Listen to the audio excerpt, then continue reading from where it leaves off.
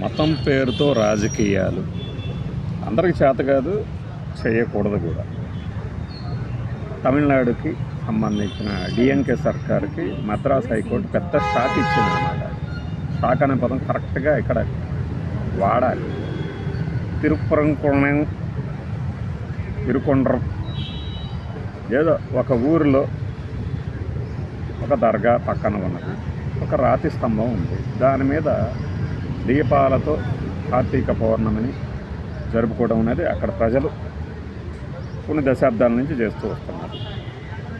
దానిని సడన్గా మొన్న కార్తీక పౌర్ణమికి తమిళనాడు డిఎంకే సర్కారు ఇక్కడ ఇలా చేయొద్దు, చేస్తే మతపరమైన ఉద్రిక్తత ఏర్పడుతుంది అని వాళ్ళ దగ్గర ఏమైనా సమాచారం ఉందేమో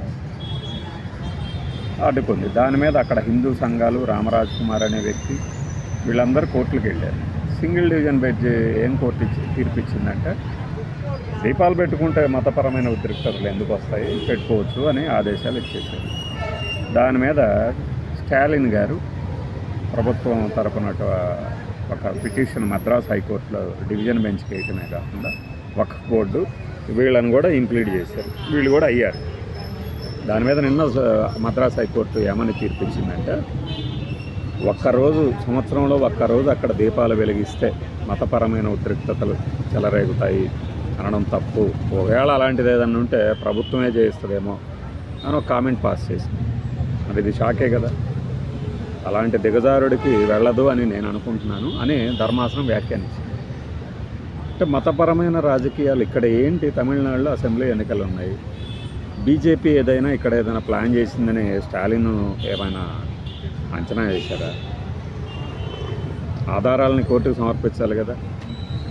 వాళ్ళ దగ్గర ఏదైనా సమాచారం ఉందేమో అని నేను ఇంతకుముందు చెప్పింది. అందుకే హైకోర్టు డివిజన్ బెంచ్ కూడా మీరు దానికి తగిన ఆధారాలు ఏవి సమర్పించలేదు, ప్లస్ అక్కడేమి ఉద్రిక్తతలు ఏమీ రావు, ఎప్పటి నుంచో జరుగుతున్నాయి కాబట్టి మీరు హ్యాపీగా వాళ్ళని దీపాలు వెలిగించుకొనివ్వండి అని మదురైలో ఆ దీపాల అలంకరణ లేదంటే దీప జ్వలనకి అనుమతి ఇచ్చింది. దాంట్లో మన బీజేపీ వాళ్ళకి ముందు ఉంటారు కదా, పండగ చేస్తారు. ఇది స్థూలంగా గమనించినప్పుడు ఏం తెలుసుకోవాలి? మతాన్ని అడ్డం పెట్టుకున్న ఒక రాజకీయం చేయడం అనేది కుదరదు. ఒక చిత్తశుద్ధి కనపడాలి. ఒకవేళ అందులో ఏదైనా ఉందంటే, లేకుండానే నేను కోర్టుకు వెళ్తాను, కోర్టు ఇలా ఉద్రిక్తత తలెత్తుతుంది అని చెప్పగానే కోర్టు మనకి అనుకూలంగా తీర్పులు ఇచ్చేస్తాయి అని అనుకోకూడదు. సో ఇది ఒకటి. అలానే అసలు అది ఆ స్థలమే దర్గాకి సంబంధించింది, పైగా శాస్త్రాల్లో కూడా అక్కడ దీపం వెలిగించకూడదని ఉన్నది అని వాదించడం ప్రభుత్వం తరఫున.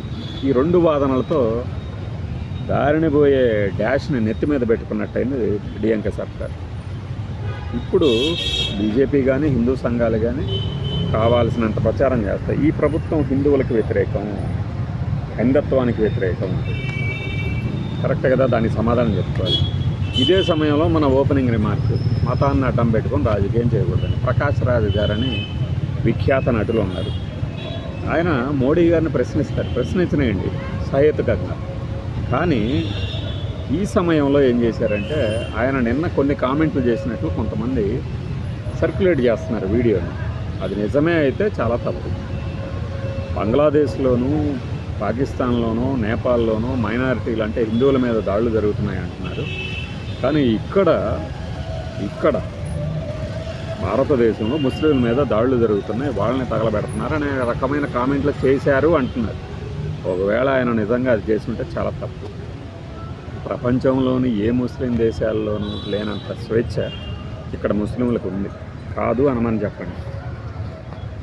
ఎక్కడ కాదు, కావాలని ఎక్కడో ఒక రాజకీయ పార్టీ చేసిన తప్పుల్ని దేశం మొత్తానికి ఎక్కడైనా జరిగితే, నేను చెప్తుంది ప్రతి చోట జరుగుతుంది అని ఒక బ్లాంకెట్ స్టేట్మెంట్ ప్రకాష్ రాజ్ లాంటి వాళ్ళు ఇచ్చి ఉంటే అది చాలా తప్పు, చాలా తప్పు.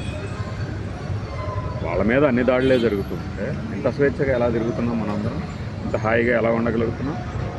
ప్రపంచంలో ఎన్ని యుద్ధాలు జరిగినా, ఎక్కడ జరిగినా భారతదేశానికి సంబంధించిన భారతీయుల్ని తరలించుకోవడానికి ప్రతి దేశం, రష్యా ఉక్రెయిన్లో జరిగితే రష్యా ఉక్రెయిన్ రెండు దేశాలు భారత్కు అనుకూలంగా ఎందుకు ఒక స్టాండ్ తీసుకుంటాయి?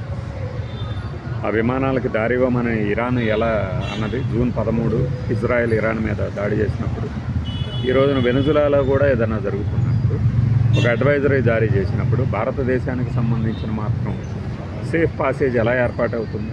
అది మన భారతదేశం అవలంబించిన పాలసీలు. ఈ మధ్య కొద్దిగా ఏమైనా ట్రాక్ తప్పారేమో కానీ భారతదేశానికి ఉన్న అలీన విధానం అంటారు అనుకుంటారు, మాట్లాడుతుంటేనే గుర్తొస్తుంది. ఎటువైపు లొంగది. ఇది గత 70 ఏళ్ళుగా సాగుతూ వస్తున్న విధానానికి తక్కిన బహుమతులుగా మనం భావించవచ్చు. అఫ్కోర్స్ కొన్ని యాదవ దేశాలు ఉంటాయి, యాదవ దేశాల పాలకులు ఉంటారు, వాళ్ళ పని అదే ఇండియా మీద పడి ఆడవుతుంది. కానీ ఇండియాలో ఉన్న వాళ్ళు ఇండియా మీద ఆరోపణలు చేయటం ఏంటి? ఈ దేశంలో పలానా వాళ్ళకి భద్రత లేదు, ఈ దేశంలోనే వాళ్ళకి ఇక్కడ భద్రత లేకపోతే ఇక ఏ దేశంలో కూడా ఉండదు. ప్రపంచమే ఒక పెద్ద ప్రమాద స్థలిగా మారిపోతుంది భారతదేశంలోనే ముస్లింలకు భద్రత లేదని చెప్తే. ప్రశాంతంగా బతకనేంటి ప్రకాష్ రాజ్ గారు? మనం వేసే విమర్శలు మోడీ గారి మీద సహేతుకంగా ఉండాలి.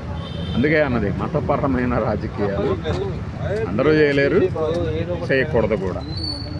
దీపం విషయంలో దీపం షాక్ ఇచ్చింది స్టాలిన్కి, బట్ దీని నుంచి ఆయన అధిగమించాలని కోరుకుంటాం. ఎందుకంటే రియల్ సెక్యులర్ పాలన కావాలి, ఇలాంటి కుహనా పాలకులు కాదు. మనం దీన్ని అడ్డుకుంటే నాకు ఆ ఓట్లు వస్తాయి కదా అని నాకు తెలుసు. ఆయన అలా అనుకోని ఉండడు, ఒకవేళ అనుకోని ఉంటే ఇది షాక్.